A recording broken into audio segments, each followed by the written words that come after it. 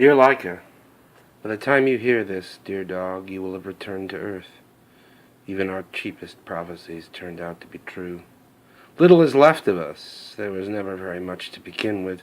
A series of beautiful statues who rebelled against our brutality, while the most hypocritical of our sons burned incense in their honor. Some decayed books of unintelligible wisdom and twisted metal. Your pod has hit the earth again after several painful decades. You jumped out and swam ashore to see if any of the old masters still remained.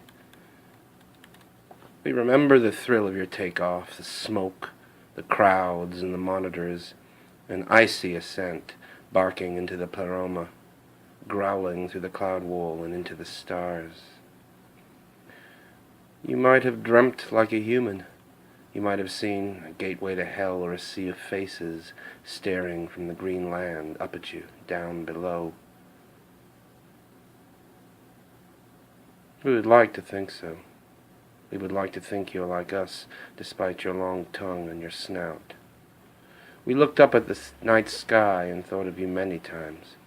Silver water on the eyelash, a sinking steel container, and the ravening of an explorer beast, the rim of the universe, the same shape as a solitary fang. Back to Earth, back to Earth. I imagine you recognize the statue of Magog in the desolate pawn shop you might have stumbled on. His host is long gone like a 3 a.m. last flicker. The show is over and the audience is left weeping. They were consoled by the hum of the ventilator shafts and the lists of those cast out from future broadcasts. Hollywood, too, has changed much. Shiva's wheel has met you, overgrown in the old hummus and cabbage field. Tillman and Horseman are also long gone. The wheat and the chaff are finally getting along.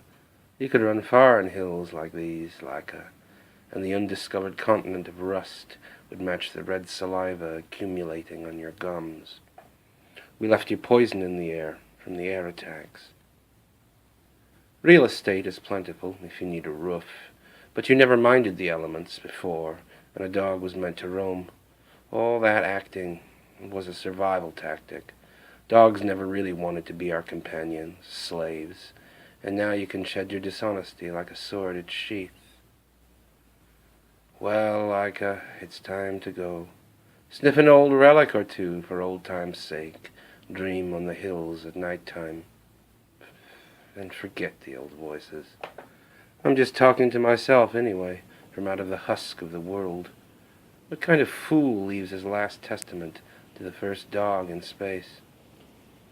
Welcome home.